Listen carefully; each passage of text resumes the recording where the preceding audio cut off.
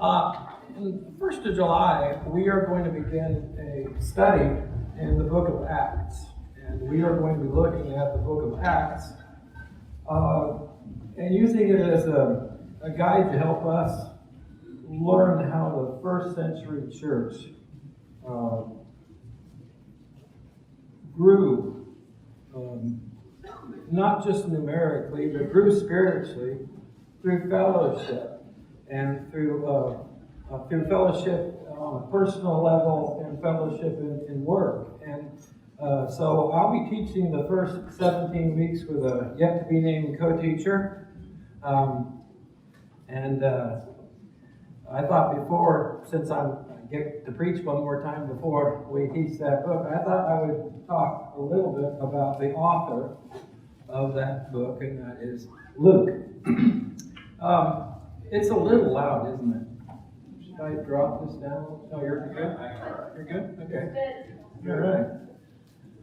All right. Hey, if I was to give you the first line of a book, I wonder if you could guess the book. Call me Ishmael. Moby Dick. Toss that kid a fish. All children except one grow up. Peter Pan. Well done. It was the best of times. It was the worst of times. Tale of Two Cities, Charles Dickens. If I was to say, many have undertaken to draw up an account of the things that have been fulfilled among us. It's the Gospel of Luke. In Luke, the book of Acts is a follow-up to the treatise. In a former book, Theophilus, I wrote about all that Jesus began to do and to teach until the day that he was taken up to heaven. Luke is an amazing man. Hopefully you're going to learn some, you're probably going to have some things you already knew about Luke, but hopefully I'll provide you with some things that are going to fill some voids or give you reason to dig deeper. But Warren Bersby, and I hope I'm saying his name right, he said if ever a man wrote a book with good news for everybody, Dr. Luke is the man. His key message is, for the Son of Man has come to seek and save that which is lost.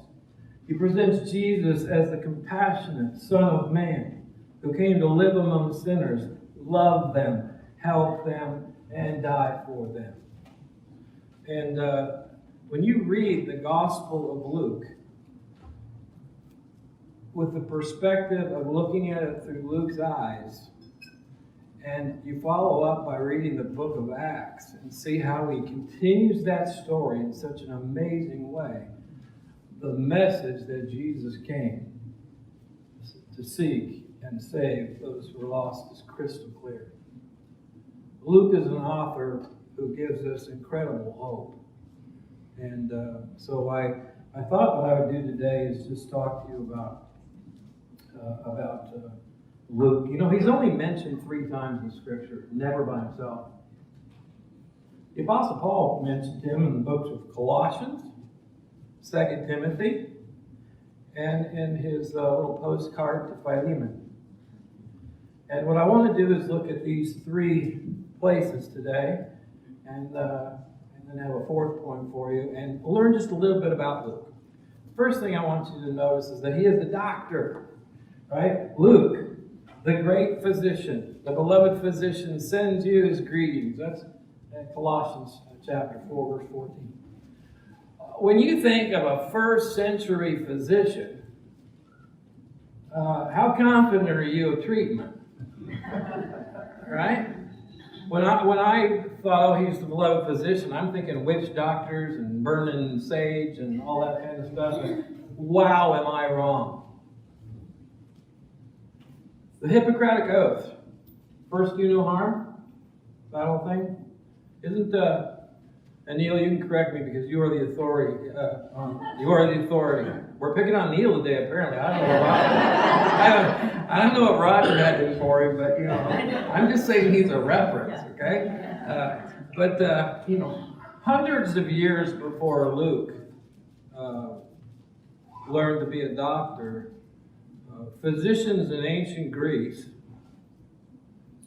had done amazing things, learned incredible things. I mean, imagine just the context. As long as there has been a battlefield, there's been a need for people to deal with the wounded.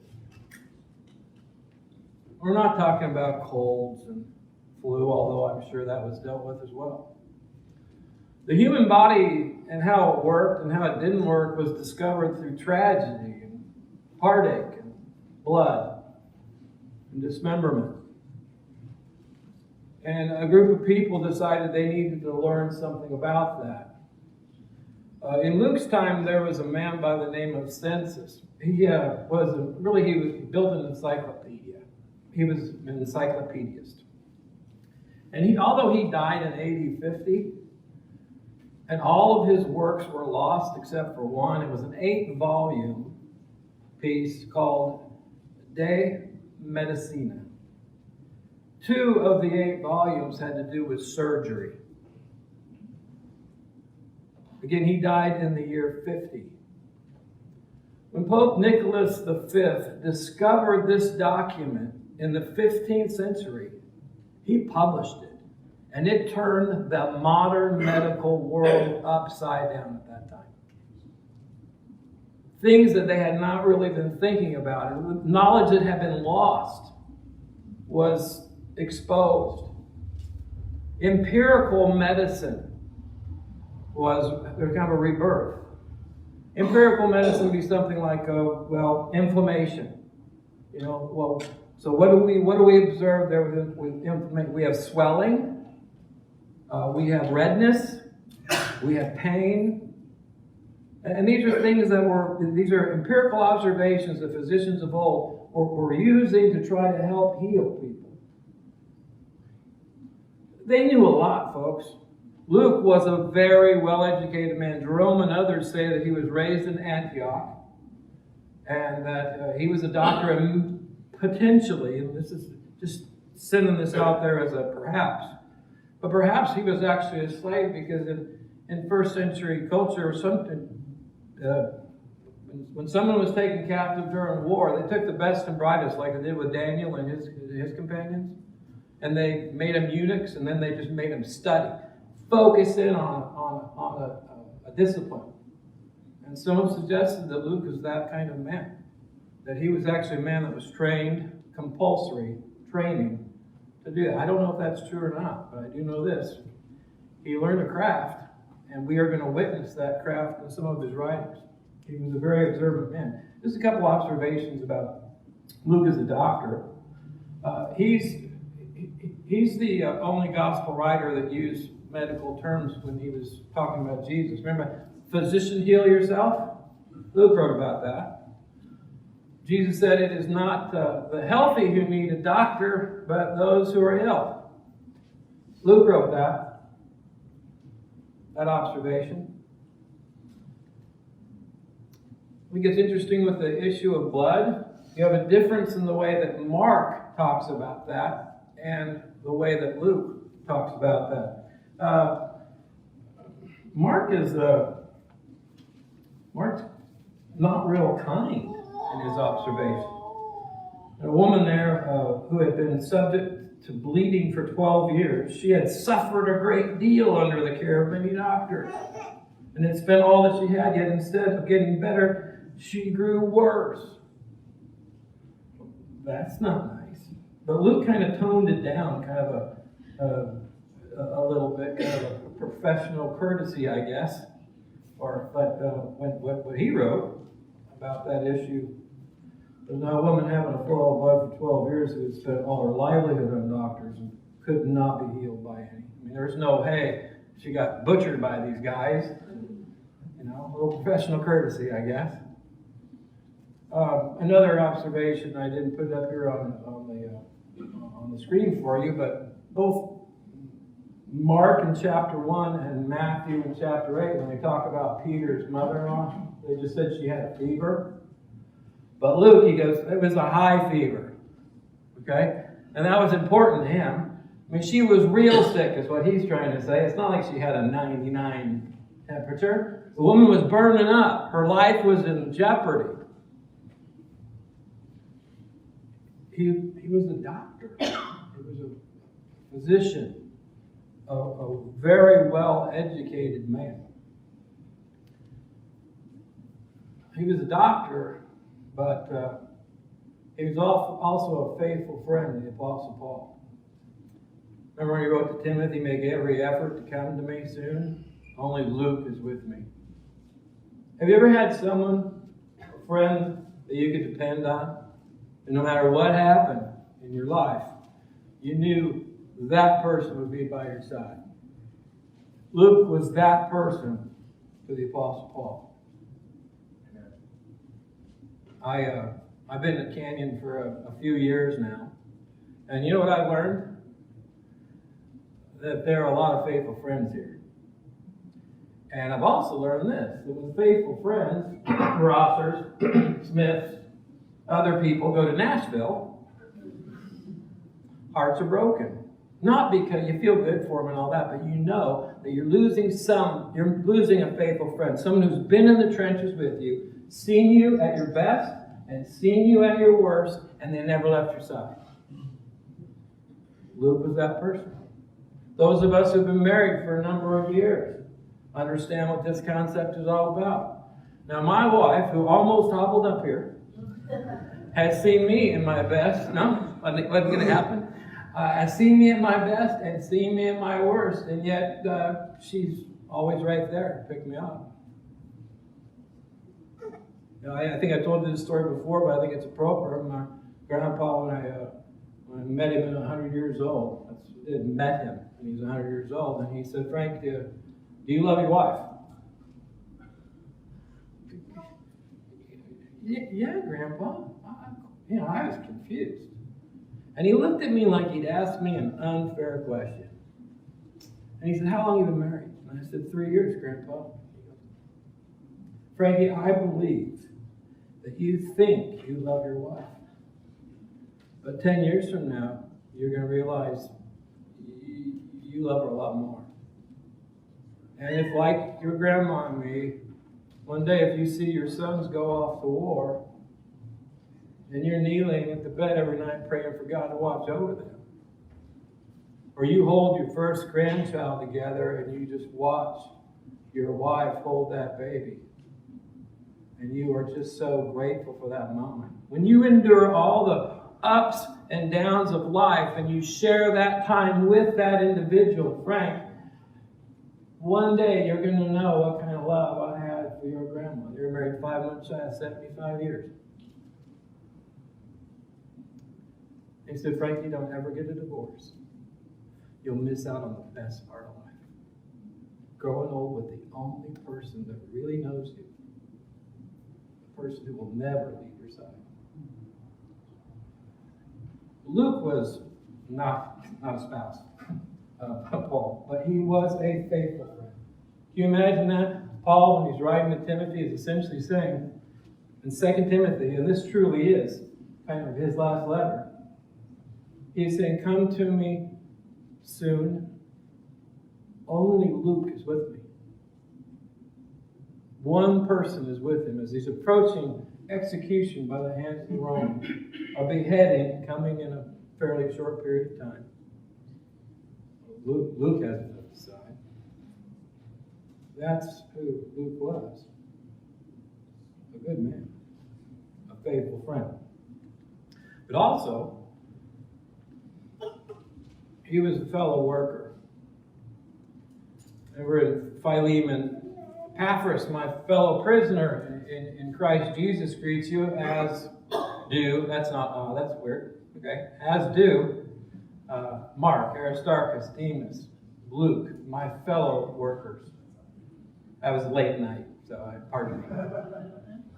My fellow workers.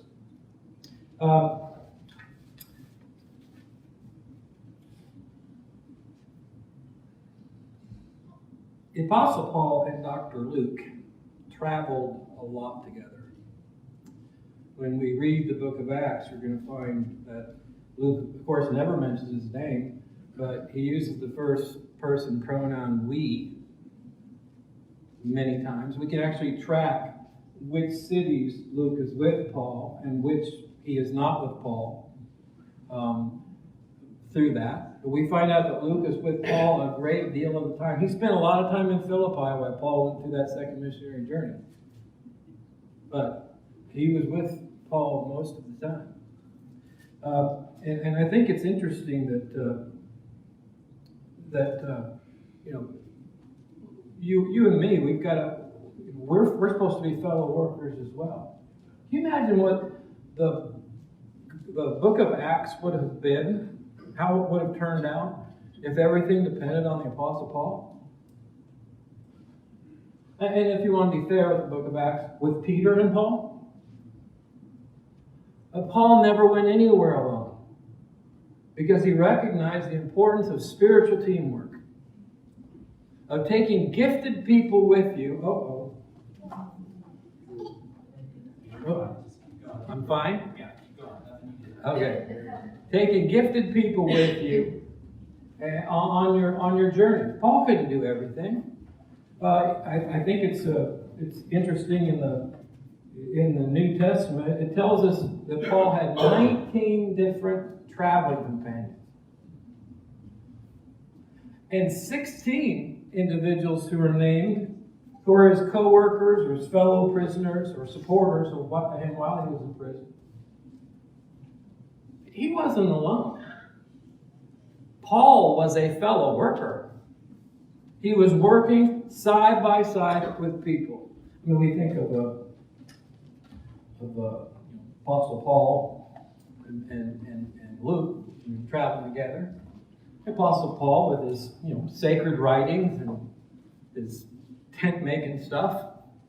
You've got the physician Luke with probably some of those encyclopedic or medical journals or medical writings with him. And he also was a historian, so he probably had some paper to write and so on and so forth. But they did not have the same skill sets. So they meshed really well, and they worked well. I don't want to throw I'm not picking on the elders. I'm not going to pick on Neil anymore. So, Mark and Kirk and Tommy and Dan have completely different skill sets. Right? I mean, they have a unique, they have a unity about them and a common goal, but they come from completely different backgrounds. But isn't it fascinating how they can work together? And you look at the deacons, oh my word, not everybody's like Caruso. Right? Our deacons do so much work and so much good, and they do that as a collective too. They come together, they talk, they get it done, and yet they're so different. They're co-workers. And I'm fascinated at all the women in our congregation who do things in the class, outside the class, behind the scenes. I don't know how any church runs without the kind of women we have in this congregation. We are a group of co-workers. Luke was a co-worker. He had his skill set, and he used those gifts and talents for the furtherance of the gospel. And that's we should all be trying to do. We're going to see that as we go through the book of Acts. I hope we're going to see the many different talented individuals who had a positive influence on the furtherance of the gospel, yet they were so uniquely different. And the last thing I want to mention is that he was the historian, and that's why we're going to study the book of Acts.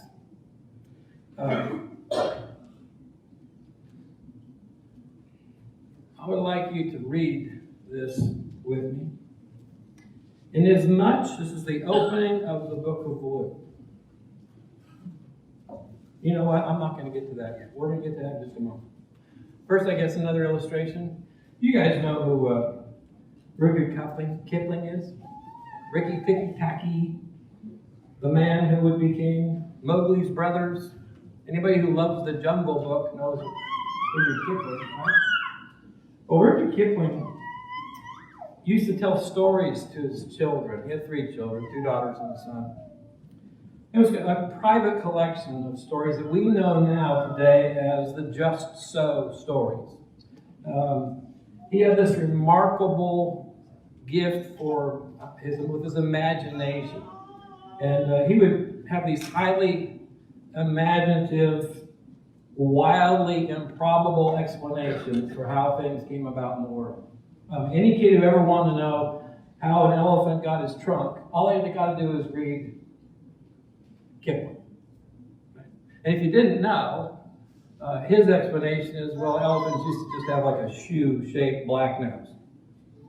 But there's a very inquisitive elephant, and he started asking around as to how the elephant got its, or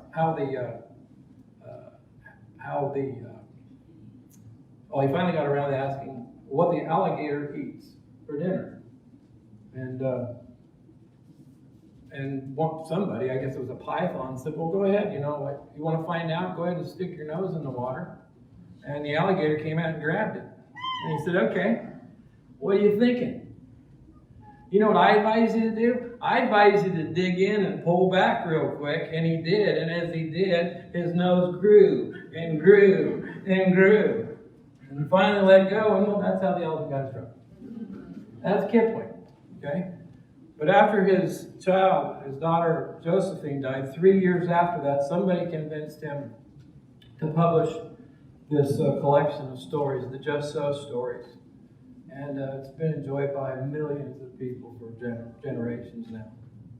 But it was never intended for anybody but just 3 little kids. Luke intended his 2 writings to be read by a man by the name of Theophilus. Both are addressed to Theophilus. Now let's read this. Inasmuch as many have undertaken to compile an account of the things accomplished among us, just as they were handed down to us by those who from the beginning were eyewitnesses and servants of the word, it seemed fitting for me as well, having investigated everything carefully from the beginning, to write it out to you in consecutive order, most excellent Theophilus, so that you may know the exact truth about the things that you have been taught. He calls him most excellent Theophilus. Now, I guess it was fairly common for a Roman officer or government official to be called most excellent.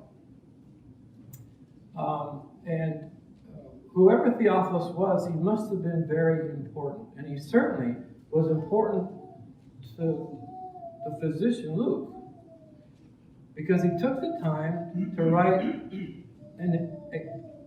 write the book, the Gospel of Luke, and then the subsequent book of Acts, targeting this man's mind and this man's position. To him, it was incredibly important for Theophilus to get this information and to digest it. A couple things I want you to notice about Luke here. Notice here it says that after saying that many before have taken on this job of trying to piece together this, some of them eyewitnesses from the very beginning and servants of the word, he says, you know what? It seemed fitting to me as well. He wanted to investigate it himself. He needed to confirm what he had heard before this hit the desk of Theophilus. He says, having investigated everything carefully from the beginning. It's interesting to me that Luke has such a detailed story of Mary and how things happened. I mean, she was alive, so did he actually interview her? He may have. But he did investigate everything carefully from the beginning. And what? To write it out in a consecutive order. He wanted Theophilus to know exactly the chronology of the things that happened. so that you may know the exact truth about the things that you have been taught. There have been, some people have said, well, why was this man so important to the Apostle Paul, or to Luke? And some have conjectured that maybe Theophilus had something to do with Paul's defense in Rome. Maybe, just maybe, since the book of Acts ends with Paul in prison in Rome, that he was trying to help his good friend, his fellow worker, who was imprisoned for his faith in a dungeon in Rome. And maybe Theophilus was a man who could get this accurate information so that he could prepare to explain to those who would judge the Apostle Paul. So they'd have a clear picture of how it was that the Apostle Paul impacted this new faith, and how he came to spread it, and how he came to be in a prison in Rome. You'll remember, if you recall the book of Acts, Luke is very careful to show how the Apostle Paul didn't do anything wrong. That he seemed to be the subject of unfair criticism and a very, very corrupt judicial system.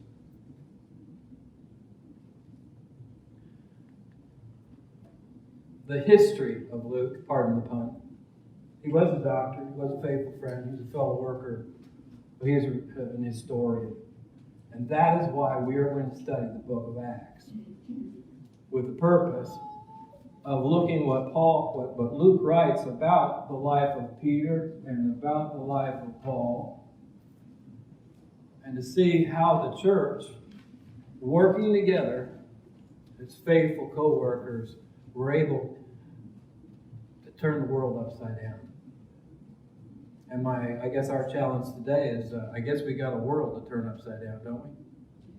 So I commend you to today's lesson, and I want to encourage you to prepare for the class that we're going to begin here in July. And I also want to encourage you to allow what we learn to be effectual in your daily life, so that we become the kind of people, the kind of co-worker, the kind of faithful friend that Luke was, and maybe we can spiritually heal the world in which we live. And that is our lesson this morning. If you'll please bow with me. Blessed Lord and Father, we are so very grateful for the writings of this faithful man, Luke. We're grateful, Lord, that he was such a powerful and faithful friend to the Apostle Paul, and that he was not afraid to use his opportunities and his gifts, strengths to further the gospel. Lord, we ask you to open up our hearts and minds to as we approach this study, that we find the little tidbits of wisdom that apply to us, and that we can kind of forge it in our hearts, so that we become a good tool for God, for God's kingdom. We ask, Lord, to continue prayers upon our church here and our leadership, and we ask, Lord, that you would just bless us with every spiritual blessing, that you help us to be effectual servants in our communities. In Jesus' name, amen. Make this a great day for yourself and God. Thank you.